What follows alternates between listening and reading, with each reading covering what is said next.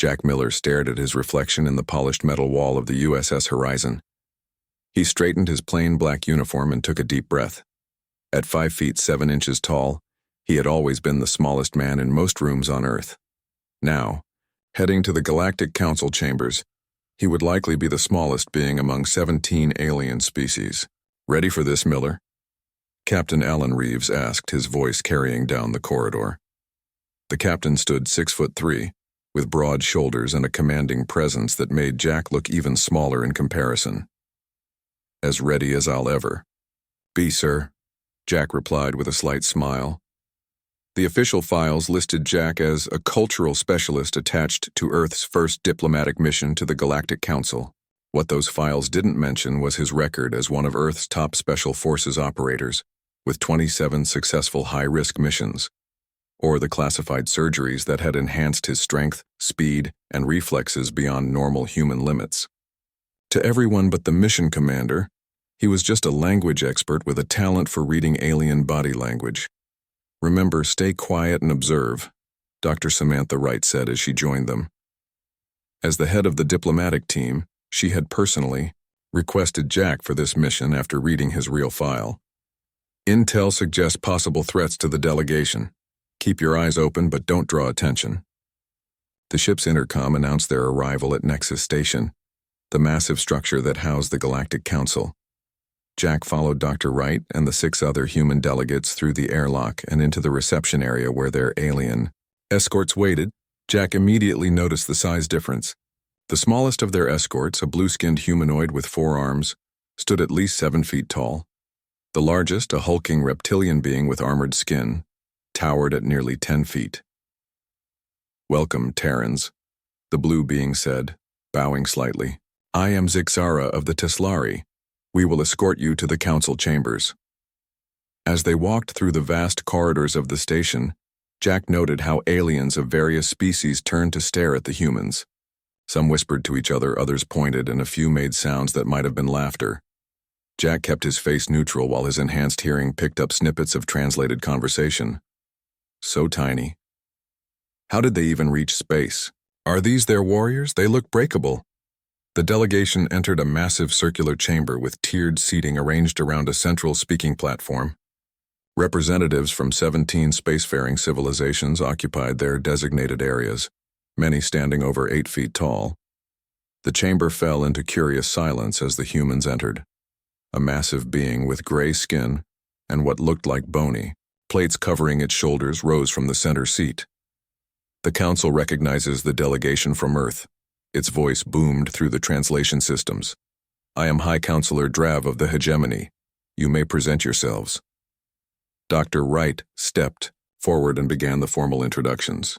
Jack remained at the back of the group, his eyes constantly scanning the room, noting exits, security personnel, and potential threats.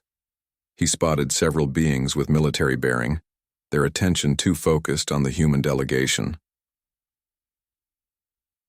When you were Dr. Wright finished introducing the scientists and diplomats, she turned to Jack. "And this is Jack Miller, our cultural and language specialist." As Jack stepped forward with a respectful nod, a rumbling sound came from the section where the cruel delegation sat. Even seated, the cruel ambassador was enormous, with a thick mane of coarse hair around a face that resembled a cross between a lion and a bear. "This is who you bring to the council?" the cruel ambassador said loudly enough for everyone to hear. "The small one? He would barely make a proper meal." Several aliens laughed. Jack simply maintained eye contact with the cruel, his expression calm. Dr. Wright tensed beside him, but Jack gave her a subtle signal to let it go. He had expected this. In fact, being underestimated was exactly what he wanted. The formal introductions continued. But Jack noticed how the cruel ambassador kept watching him, as if puzzled by his lack of reaction. Jack had studied the cruel extensively during the journey. They were a warrior culture that valued size and strength above all. In their eyes, Jack's small stature made him irrelevant. After the opening ceremony, the delegation was shown to their quarters on the diplomatic level of the station. The rooms were designed for beings much larger than humans, making the furniture awkwardly oversized. Well, that went about as expected, Dr. Wright said when the team gathered for a private meeting. They see us as children playing at diplomacy. That works in our favor, Jack said quietly. It was the first time he had spoken since the council chamber. They're curious but not threatened. I noticed at least 3 species showing genuine interest in alliance possibilities. And the cruel? Asked Dr. Carol Peters, the xenobiologist. They're trouble, Jack replied. They were watching us too carefully. I counted 6 warriors disguised as diplomatic staff, and their ambassador has fresh scars. He's fought recently. Captain Reeves frowned. The intelligence reports mentioned cruel opposition to human membership in the council, but nothing suggesting immediate threat. Jack walked to the oversized window that looked out on the massive space station. Ships of various alien designs moved through the docking areas.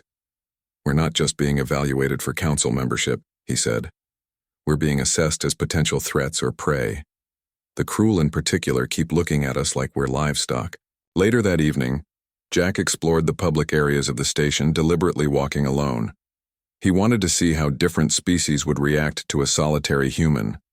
In a vast dining area filled with representatives of a dozen species, he selected food that his briefing materials identified as safe for humans and sat at an empty table. Within minutes, 3 cruel warriors entered and spotted him. They were not part of the diplomatic team. These wore what appeared to be military insignia. They approached Jack's table, looming over him. The small one eats alone, the largest said through his translator. Is this wise? Jack looked up, his face friendly but his eyes alert. The food is good. Would you care to join me? The cruel seemed surprised by the invitation. They exchanged glances. Then the leader bared his teeth in what might have been a smile. Perhaps we will. We have never dined with a human before. As they sat, the table groaned under their weight. Jack noticed other aliens watching with interest as he calmly continued eating in the presence of creatures 3 times his size, known throughout the galaxy for their aggressive nature. You are not afraid, observed the cruel to Jack's left. It wasn't a question. Jack smiled. Should I be? We're all diplomats here. The leader leaned forward. Not all. Some of us are warriors first. You, small one. What are you first? Jack met the alien's gaze directly. I'm whatever I need to be. For reasons Jack couldn't quite explain, this answer seemed to satisfy the cruel. They nodded respectfully and began their meal. Word of this strange dinner would spread quickly through the station. The smallest being in the room, breaking bread with the most feared, exactly as Jack had planned it. 3 days into the diplomatic summit, Jack noticed patterns that worried him. The cruel delegates checked their communication devices more often. Security patrols changed their routes without announcement. Certain areas of the station had fewer guards than before. Small things that most wouldn't notice, but Jack wasn't most people. That evening, the council hosted a formal reception for all delegates. The massive hall was filled with representatives from 17 species, all mingling. Under soft blue lights, servers moved through the crowd with trays of food and drink suitable for various alien biologies. Jack stood near Dr. Wright as she talked with the Teslari ambassador. He sipped a clear drink that tasted like mint and lime, his eyes constantly moving around the room. Something wrong? Dr. Wright asked during a pause in her conversation. Jack leaned closer to her. Keep your emergency beacon ready. The cruel delegates keep checking their timepieces. Something's happening soon. Dr. Wright nodded slightly, not questioning his instincts. I'll alert Captain Reeves. Before she could move away, Jack spotted the cruel ambassador entering with 6 guards, 2 more than protocol allowed. Jack tensed, his hand moving to the small device hidden in his sleeve. Not a weapon. Weapons weren't permitted in the council chambers, but a defensive tool if needed. The lights flickered once, twice. Jack immediately moved closer to Dr. Wright. Stay behind me, he whispered. Suddenly, the entire room went dark. Confused voices rose from all directions. Jack's enhanced vision adjusted quickly to the low emergency lighting that kicked in seconds later. He saw the cruel guards moving with purpose, not toward the exits, but toward the human delegation. It's a setup, Jack said calmly to Dr. Wright. They're coming for us. Get the others to the emergency exit. As Dr. Wright hurried to gather the human delegates, Jack moved to intercept the approaching Cruel. In the dim light and confusion, most aliens were focused on reaching exits or finding their own delegation members. Nobody paid attention to the small human walking directly toward the largest beings in the room. The lead Cruel guard saw Jack and made a sound like a laugh. He reached for something on his belt, not a standard translator, but a device Jack didn't recognize. The Cruel activated it and Jack felt a strange vibration in the air. "Your communication devices are blocked, human," the Cruel said in rough translated English. "No one will come to help." Jack smiled slightly. "I don't need help." The Cruel laughed again and reached for Jack with a massive hand that could easily crush a human skull. Jack moved with sudden, blinding speed. He ducked under the grab, stepped inside the Cruel's reach, and struck a precise blow to a nerve cluster under the alien's arm, a vulnerability he had studied during the journey to the Council. The massive alien's arm went limp. Surprise registered on his face just before Jack delivered a second strike to another pressure point near the Cruel's neck. The giant wavered, then collapsed to his knees. The other Cruel guards stopped, clearly shocked, to see their companion disabled by the small human. They exchanged glances, then all five rushed forward at once. Jack moved like water. Where they expected strength, he used leverage. Where they expected fear, he showed calm precision. His enhanced muscles allowed him to move faster than any normal human could, and his special forces training had taught him how to fight opponents much larger than himself. He slipped between the first two guards, using one's momentum to crash into the other. As they stumbled, Jack struck nerve clusters in both, temporarily paralyzing their legs. The third guard managed to grab Jack's arm, but Jack twisted in a way that broke the hold and allowed him to deliver a sharp strike to the alien's throat. The fourth and fifth guards hesitated, clearly reassessing the threat level of the small human who had just disabled three elite Cruel warriors in seconds. Jack used their moment of indecision to close the distance and disable both with precisely targeted strikes. The entire fight lasted less than 30 seconds. 5 Cruel warriors, each 3 times Jack's size, lay immobilized on the floor. None were permanently injured. Jack had made sure of that. Creating diplomatic incidents wasn't his goal. The Cruel ambassador stood frozen, staring at Jack with an expression that mixed disbelief and growing respect. Around the room, other aliens who had witnessed the fight fell silent. Jack simply looked at the ambassador and raised an eyebrow. "Was there a problem with the reception?" Jack asked calmly. The ambassador's translator took a moment to process his growled response. "There appears to have been a misunderstanding." "I thought so," Jack replied. "Your guards seemed confused about proper diplomatic protocol. The emergency lights brightened, then the main lights came back on. Security personnel from various species rushed into the room, weapons ready. They stopped at the strange scene. 5 Cruel warriors on the ground, a 6th standing nervously near his ambassador, and a small human calmly standing in the middle. Of them all, Captain Reeves pushed through the crowd, his hand on his own concealed defensive tool. "Miller, are you all right?" Jack nodded. "Just a cultural exchange, Captain. The Cruel were demonstrating their greeting customs. I was showing them ours." The station's security chief, a tall reptilian being, surveyed the scene with obvious confusion. "What happened here?" Before Jack could answer, the Cruel ambassador stepped forward. "A security drill," he said, his voice strained.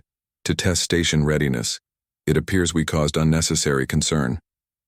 Jack met the ambassador's eyes, understanding the offer. The Cruel were saving face, and Jack was willing to let them. Open conflict wouldn't help Earth's position in the Council. A valuable exercise for everyone, Jack agreed. The security chief didn't seem convinced, but the Cruel ambassador's rank made it difficult to question his explanation. The disabled guards were beginning to recover, helped to their feet by their companions. They avoided looking at Jack directly. As the reception resumed with nervous energy, Dr. Wright approached Jack. "Cultural specialist, huh?" she whispered. Jack shrugged. "I specialize in many cultures. Some respond best to direct communication." News of the incident spread quickly through the station.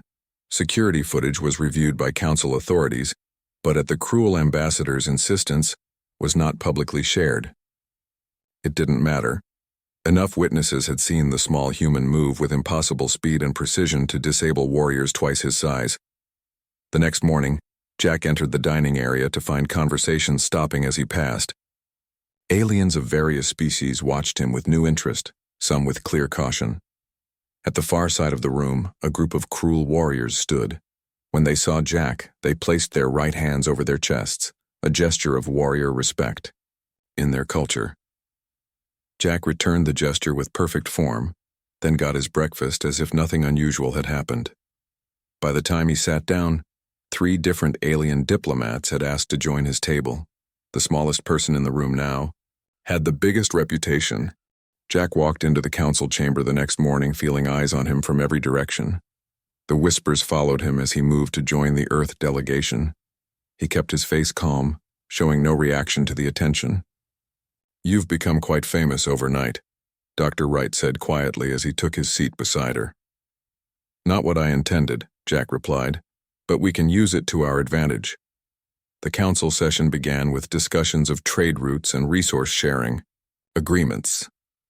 Jack noticed that several delegates who had previously ignored the humans now directed their comments toward Dr. Wright and occasionally glanced at him.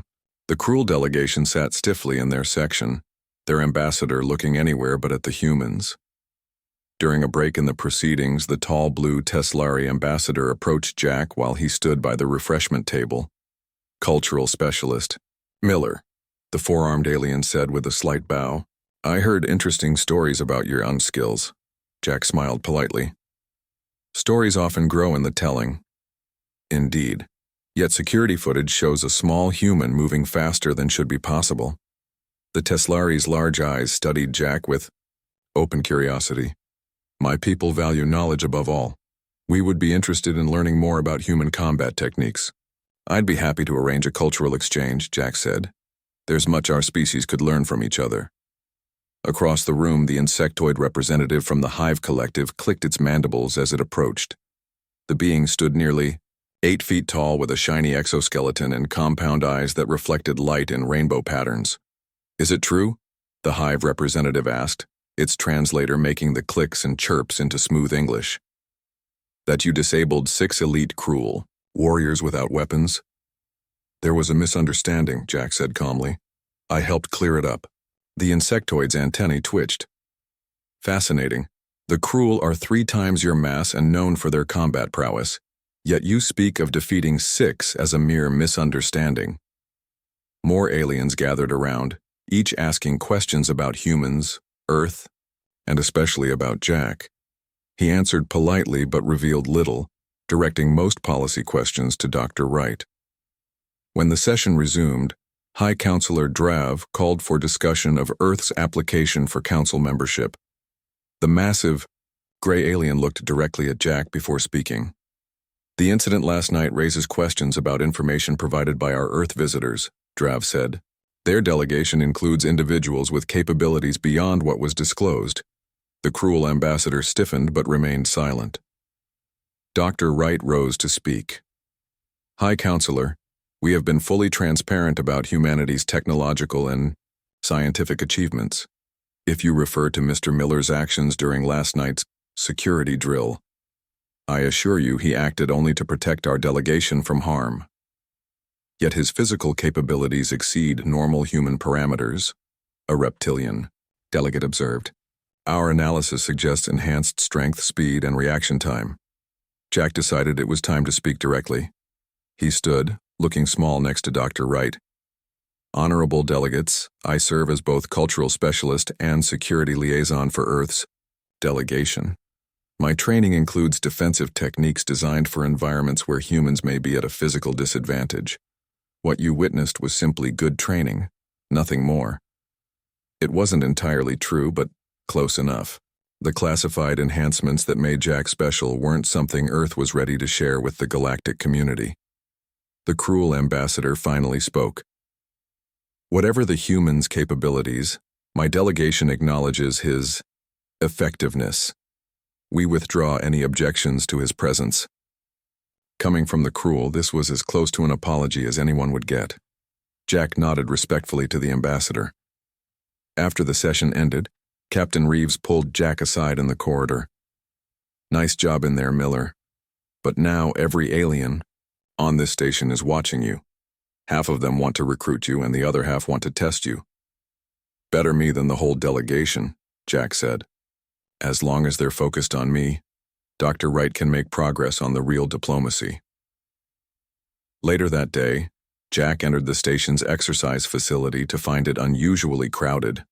Aliens of various species watched with poorly hidden interest as he began his daily workout routine. He ignored the attention and focused on his exercises, carefully keeping his performance within normal human parameters. A massive alien with gray skin and bony ridges approached. Jack recognized him as Vor, the security chief who had responded to the incident with the Cruel. "Mind if I join you?" Vor asked, his deep voice rumbling through the translator. Jack nodded. "Feel free." For several minutes, they exercised side by side. Vor lifted weights that would crush a normal human. Jack stuck to a moderate routine, though he could have matched the alien's efforts if he'd wanted to reveal his true strength.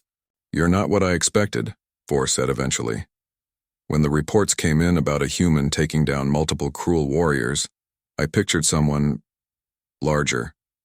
Jack smiled. "Size isn't everything, clearly." Vor set down his weights. "We searched the Cruel delegation's quarters after the incident, found weapons and equipment not allowed under diplomatic protocols. They were planning something. This was new information." Jack kept his expression neutral. "Interesting. They've been opposing Earth's membership from the beginning," Vor continued. "But after last night, their objections have become much quieter. Sometimes, respect is earned in unexpected ways," Jack said. Vor nodded. "The Cruel respect strength above all else. You showed them humans have strength they didn't anticipate." As Jack left the exercise facility, he found Dr. Wright waiting in the corridor. "Our negotiating position has improved dramatically," she said, as they walked toward the human quarters. 3 species that were neutral on Earth's membership are now supporting us, and the Cruel have withdrawn their formal objection." "Good news," Jack said. "It's because of you," Dr. Wright added. "Word has spread about what happened. There's security footage circulating unofficially among the delegates, despite the Cruel's attempts to suppress it." Jack frowned. "That could complicate things. Or simplify them." Dr. Wright stopped walking and faced him. "Jack, you've done more for Earth's position in 3 days than we could have achieved in months of formal negotiations. The Council respects strength, and you've shown them humans aren't to be underestimated." As they reached the human section, Jack noticed 2 Cruel warriors standing at attention near the entrance. When they saw him, they placed their right hands over their chests in the warrior's salute. Jack returned the gesture automatically. "The ambassador sent them," Dr. Wright explained. "They're here to assist with security for the Earth delegation. Basically, the Cruel are now providing us with bodyguards." Jack couldn't help but smile at the irony. Unexpected, but useful. That night, as Jack prepared for sleep, he received a message on his communication device. It was from the Cruel ambassador, written in formal diplomatic language. "The small one has the heart of a true warrior. The Cruel acknowledge this truth. We would speak further about potential alliances between our peoples." Progress, Jack thought. Sometimes being the smallest person in the room had unexpected advantages. The 5th day of the summit brought unexpected trouble. Jack was sharing breakfast with Dr. Wright when Captain Reeves rushed into the dining area, his face tight with concern. "We have a problem," Reeves said quietly. "The Drakon delegation has just arrived." Dr. Wright put down her cup. "The Drakon? They weren't scheduled to attend." "They're allies of the Cruel," Jack said. "This isn't a coincidence. The Drakon were a warrior race known throughout the galaxy for their aggressive expansion and military prowess. Unlike the bulky Cruel, they were tall and lean with dark-scaled skin and eyes that glowed amber in low light. According to the briefing materials, they considered diplomacy a form of warfare. An hour later, the council chamber was tense as the Drakon representative took the floor. The alien stood nearly 9 feet tall, dressed in formal attire that barely concealed its military bearing. "I am Zordag, voice of the Drakon Imperium," it announced, its translator giving the words a metallic edge. "We have concerns about Earth's petition to join the council." High Counselor Drav seemed unsurprised by the interruption. "The Drakon are recognized, though we note your delegation's unexpected arrival." Zordag's thin lips curled into what might have been a smile. "We come when matters of galactic security demand our attention. The humans represent an unknown factor. Their capabilities are unclear." The alien's glowing eyes scanned the human delegation, lingering on Jack. "Therefore," Zordag continued, "the Drakon invoked the ancient right of challenge to test a species' worthiness for council membership." Murmurs spread through the chamber. Jack leaned toward Dr. Wright.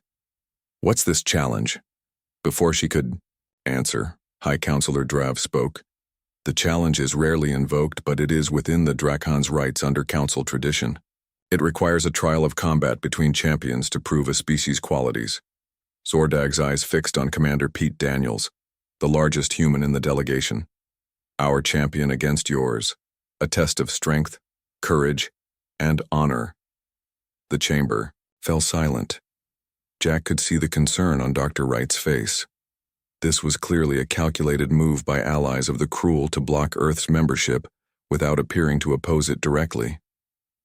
To everyone's surprise, Dr. Wright stood and replied firmly, "We accept the challenge. Jack Miller will represent Earth." Shocked whispers filled the room. Zordag looked confused, then amused as he studied Jack's small frame. "This is not a joke, human. The challenge is a serious matter. And we take it seriously," Dr. Wright said. "Jack Miller is our chosen champion." Captain Reeves looked alarmed, but Jack gave him a subtle nod. This was unexpected but not unwelcome. After the incident with the Cruel, Jack had wondered if other alien factions might try different tactics. High Counselor Drav seemed troubled. "The human has the right to choose their champion. The challenge will take place tomorrow in the ceremonial arena. Both champions will follow the ancient rules. No weapons, no outside assistance." As the council session ended, various delegates hurried to speak with their delegations. Jack followed Dr. Wright to a private meeting room where Captain Reeves was waiting. "Have you lost your mind?" Reeves demanded. "Volunteering Miller to fight their champion?" Dr. Wright remained calm. "The Drakon were expecting us to choose you or Daniels. Someone big and strong by human standards. They've already prepared for that. They weren't expecting Jack." Jack nodded. "It's a smart move. They've seen the security footage from the Cruel incident. They know I'm not ordinary, but they still can't believe someone my size could be a real threat. Their champion will be a trained killer," Reeves warned. "So am I," Jack said quietly, "just not in the way they expect." That evening, Jack reviewed everything in the ship's database about Drakon physiology and fighting styles. Their warriors were known for speed and precision rather than brute strength. They had excellent reflexes and naturally armored skin along their forearms and shins. But like most bipedal species, they had vulnerable points: joints, throat, and certain nerve clusters. As Jack finished his research, there was a soft knock on his door. It was Dr. Wright. "I should have asked before volunteering you," she said, "but I saw an opportunity." Jack smiled. "You made the right call. The Drakon would have challenged us regardless. Better to surprise them with your choice. Can you win?" she asked directly. "Yes," Jack said without hesitation. "But winning isn't always about defeating your opponent. Sometimes it's about changing their perception." The next morning, the ceremonial arena was packed with delegates from every species. The circular space had been cleared, with viewers seated on rising tiers around it. Jack entered wearing a simple black training uniform, looking even smaller in the vast combat ring. Whispers followed him as he walked to the center. Many aliens were placing bets or discussing the strange human strategy. Jack tuned them out, focusing on his breathing and mental preparation. When the Drakon champion entered from the opposite side, many delegates gasped. Standing nearly 12 feet tall with 4 arms and thick armored scales, the creature looked nothing like the other Drakon. This was a specialized warrior bred for combat. High Counselor Drav announced from his elevated position, "The challenge begins when the tone sounds and ends when one champion submits or can no longer continue. May honor guide your actions." Jack looked up at his massive opponent, noting the way it moved, the balance of its strange body, the distribution of its armor. The creature looked down at Jack with what seemed like amusement. A deep tone resonated through the arena. The challenge had begun. The Drakon champion moved with surprising speed for its size, all 4 arms reaching for Jack, but Jack was faster. He simply stepped aside, making no attempt to counter. The crowd murmured in confusion. For several minutes, this pattern continued. The massive alien attacked with increasingly complex combinations of strikes, while Jack evaded each one with minimal movement. He wasn't showing off or taunting, just studying his opponent's patterns and limitations. "Fight back, little human," the Drakon champion growled through its translator. Jack continued his careful observation. He noticed how the alien favored its lower right arm, how its breathing changed after rapid movements, how its balance shifted when it turned. Finally, after nearly 10 minutes of this dance, Jack decided he had seen enough. The next time the champion lunged, Jack moved not away but toward it. He slipped past the grabbing hands and, using the alien's own momentum, executed a precise strike to a nerve junction where its lower right arm met the torso. The massive arm went suddenly limp. The champion roared in surprise and anger, spinning to catch Jack with its other arms. But Jack was already moving, striking another pressure point where the neck plates joined. The champion staggered, off balance for the first time. The crowd was completely silent now, watching in amazement as the small human systematically disabled his gigantic opponent. Jack moved like water around the increasingly desperate attacks, each of his strikes precisely targeted to exploit weaknesses in the alien's anatomy. Within 2 minutes, the Drakon champion was on its knees, 3 of its 4 arms hanging useless, its breath coming in painful gasps. Jack stood before it, not even winded. "Do you submit?" Jack asked quietly. The alien stared at him with new understanding in its eyes. "The human wins," it managed to say. The arena erupted in sound, cheers, shouts, and exclamations of disbelief. Jack helped his defeated opponent to its feet, supporting one of its working arms. The gesture wasn't lost on the watching delegates. Zordag, the Drakon representative, looked stunned. The cruel ambassador, watching from a private box, placed his hand over his chest in the warrior's salute. One by one, other military representatives from various species followed suit. Earth had passed the challenge, and Jack Miller, the smallest being in the room, had become the most respected. The final day of the summit arrived with a different atmosphere on the station. Aliens no longer whispered or pointed when humans walked by. Instead, they offered respectful nods or formal greetings. Earth's admission to the council was no longer in question after Jack's victory in the challenge. Jack entered the dining area for breakfast and found several tables of aliens gesturing for him to join them. He politely declined and sat with Dr. Wright and Captain Reeves instead. "You're quite popular this morning," Dr. Wright said with a smile. "Too popular," Jack replied. "I'm supposed to be a background figure, not the center of attention." Captain Reeves laughed. "That ship has sailed. They're calling you the small giant now.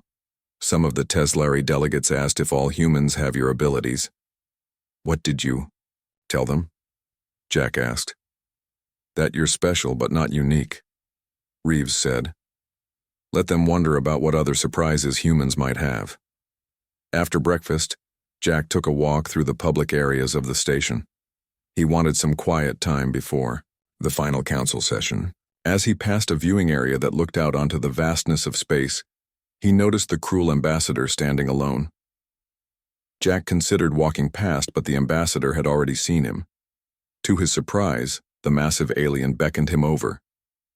"Miller," the cruel said, his deep voice rumbling through the translator. "I would speak with you before the session." Jack approached and stood beside him at the window. The Cruel was nearly twice his height, his mane of coarse hair framing a face marked with battle scars. "Your victory in the challenge was impressive," the ambassador said. "The Drakon champion was bred for combat, yet you defeated him with ease." "Not ease," Jack corrected. "Preparation and timing." The Cruel made a sound that might have been a chuckle. "You are modest. This is not a trait the Cruel understand well." He turned to face Jack directly. "I misjudged your kind based on size. This was, unwise." The ambassador reached into his formal robes and withdrew a ceremonial dagger with intricate carvings on the handle. He held it out to Jack, handle first. "This is the blade of respect," the ambassador explained. "In Cruel culture, it is given only to those who have proven themselves worthy in combat." Jack knew the significance of this gesture. He had studied Cruel customs extensively during the journey to the station. Accepting the blade properly required a specific response. He took the weapon with both hands and examined it carefully before meeting the ambassador's eyes. "I received this blade with honor, and pledge that it will never be used against its giver without just cause." The Cruel's eyes widened slightly, impressed that Jack knew the traditional response. He placed his right hand over his chest in the warrior's salute. "You have fought with honor." The Cruel acknowledged this truth. Jack returned the salute. "Size is just one measure among many," he said. "I hope our peoples will find better ways to take each other's measure in the future." The ambassador nodded. "The Cruel delegation will support Earth's admission to the Council today. And when you return to your world, tell your leaders that the Cruel would discuss possible alliance." This was an unexpected diplomatic victory. Jack simply nodded, knowing that showing too much excitement would be seen as weakness by the Cruel. "I will convey your message," he said.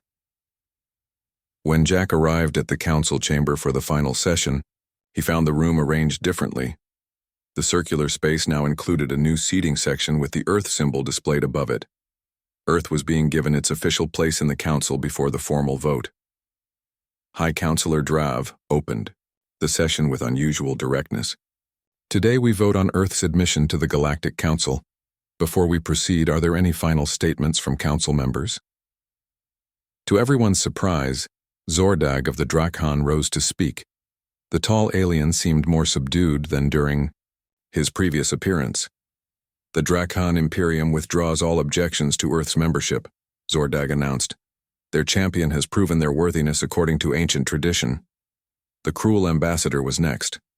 "The Cruel Dominion supports Earth's admission and proposes formal alliance talks to begin immediately following this summit." One by one, representatives from other species rose to express support.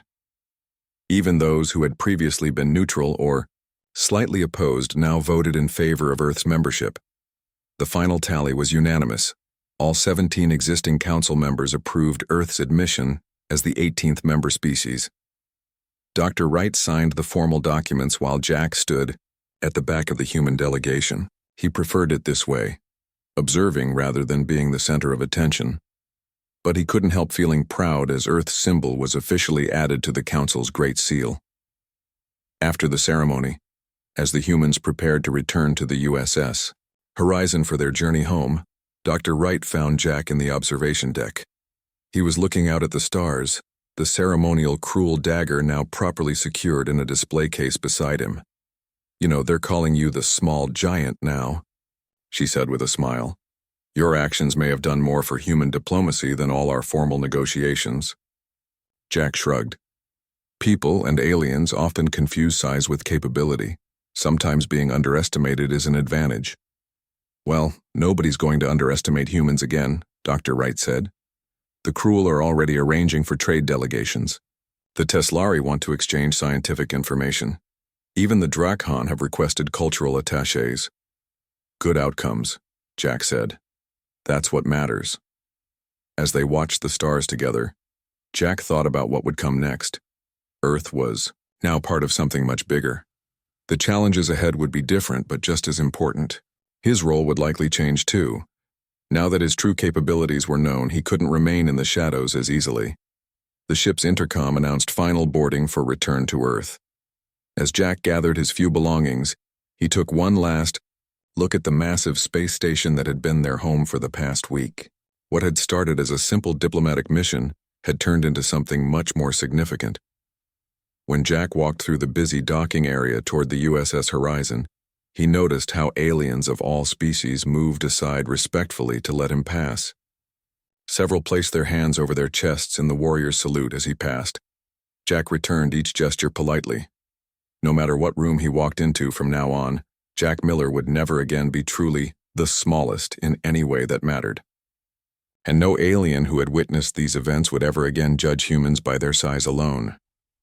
As the ship pulled away from the station, carrying news of Earth's successful entrance into galactic politics, Jack knew humanity had earned its place among the stars. Not through technology or numbers, but through showing that true strength comes in many forms, and sometimes in the smallest packages.